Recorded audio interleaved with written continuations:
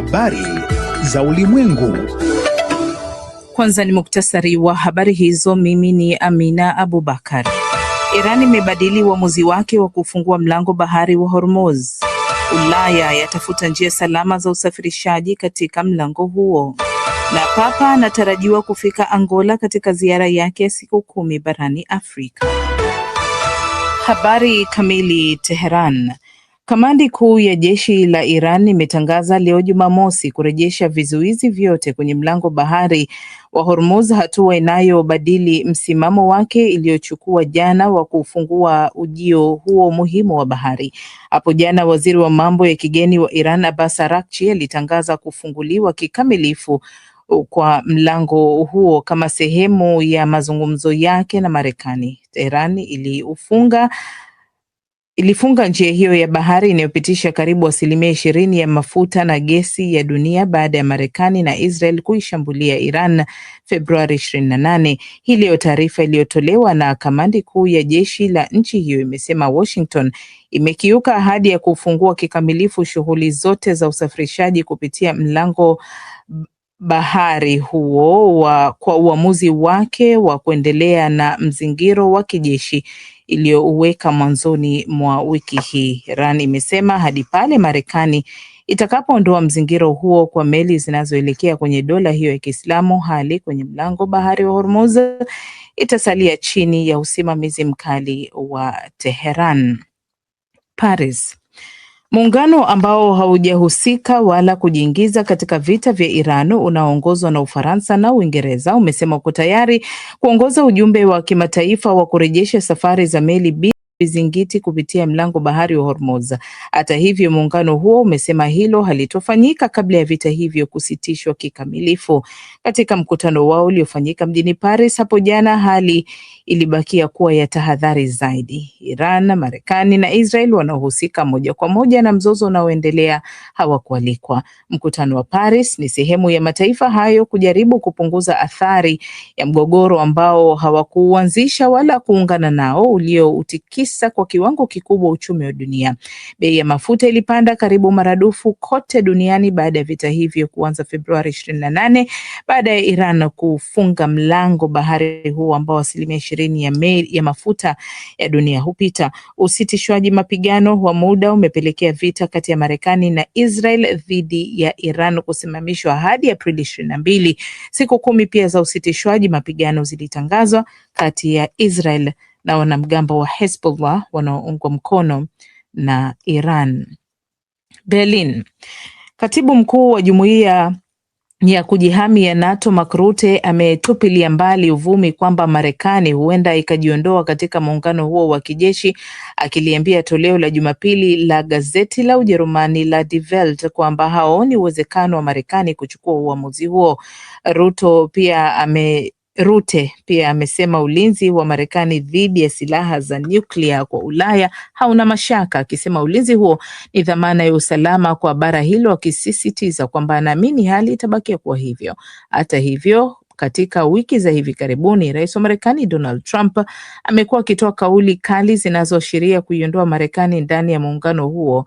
Trump alisema washirika wa NATO hawakuipa Marekani usaidizi inaohitaji katika vita vyake na Iran. Iwapo Trump atachukua uamuzi huo, atalazimika kupata ridhaa ya baraza la Seneti la nchi hiyo kupitia kura itakayoungwa mkono na 2/3 ya wajumbe wake, jambo ambalo inaaminika sio rahisi kufikiwa. Wiki iliyopita Rutte na Trump walikutana katika ikulu ya White House na Trump alimweleza namna alivyokasirishwa na muungano huo kutoshirikiana naye katika vita vyake hivyo na Iran. Naendelea kusikiliza taarifa ya habari kutoka DW Bonn. Yaounde.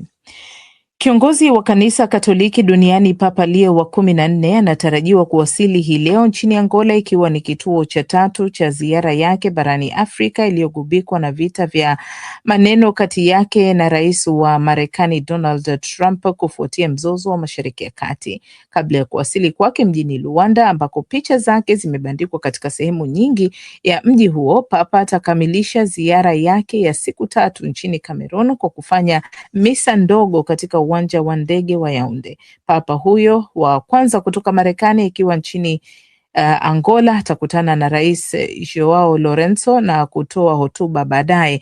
Kama ilivyokuwa nchini Cameroon, Papa anatarajiwa kulakiwa na maelfu ya waumini wa Kikristo kabla ya kuondoka siku ya Jumanne. Wito wake wa amani kwa dunia pia unatarajiwa kutolewa.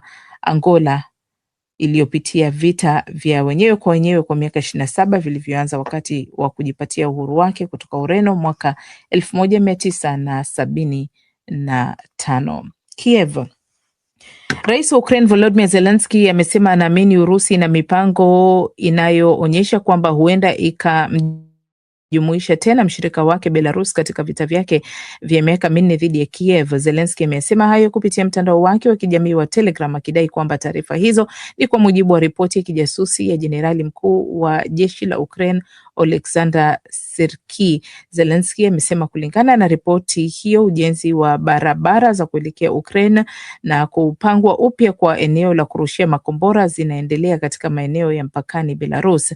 Zelensky amesema tayari umetoa onyo kwa serikali ya Belarus na kueleza kwamba nchi hiyo iko tayari kuendelea kulinda maeneo yake na uhuru wake. Na huo ndio mwisho wa taarifa ya habari kutoka DW Bonn. Mimi ni Amina Abubakar.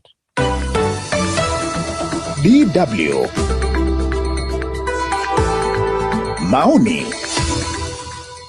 Naam, na kukaribisha msikilizaji kwenye maoni meza ya duara, ambapo wataalamu wetu wanayajadili masuala mbalimbali ya dunia. Na leo hii mada ni mgogoro wa Sudan ulioanza mnamo mwezi Aprili mwaka 2023. Sababu ya kuzuka mgogoro huo ni mvutano kati ya pande mbili za jeshi la Sudan zinazopigania mamlaka ya utawala, yaani kati ya jeshi kuu na vikosi vya RSF. Maelfu ya Wasudan wameshakufa, mamilioni wamekuwa wakimbizi wa ndani na wengine milioni 3.5 wamekimbilia nchi za jirani. Isitoshe, Wasudan zaidi ya milioni 33 sasa wanahitaji misaada ili kuweza kuendesha maisha yao. Kwa nini historia ya Sudan imekuwa na migogoro tangu nchi hiyo ijipatie uhuru mnamo mwaka 1956? Je, Wasudan wenyewe wataweza kuondokana na hali hiyo, au nani anaweza kuisaidia Sudan? Na je, ni kwa kiasi gani mataifa ya nje yanahusika na migogoro ya ndani ya Sudan? Umoja wa Afrika nao unaweza kusaidia vipi? Na je, mkutano wa kimataifa uliofanyika mjini Berlin umeleta tija yoyote? Maswali hayo na mengineyo juu ya Sudan yatajadiliwa na wataalamu wetu kwenye meza hii ya duara.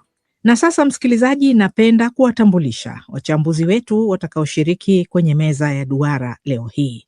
Kwanza ni kutoka Mombasa, pwani ya Kenya huko ambako nimebahatika kumpata Bi Maimuna Mwidau, mchambuzi wa masuala ya siasa za Kenya na kwingineko barani Afrika.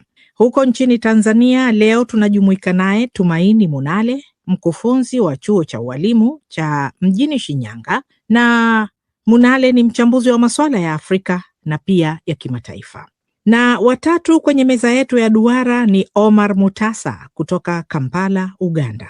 Mutasa ni mwandishi wa habari na mchambuzi wa masuala ya kisiasa mwenye ufahamu mkubwa na masuala ya Sudan. Msikilizaji, mimi ni mwenyekiti wako kwenye meza hii ya duara leo hii, naitwa Zainab Aziz kutoka hapa DW Bonn.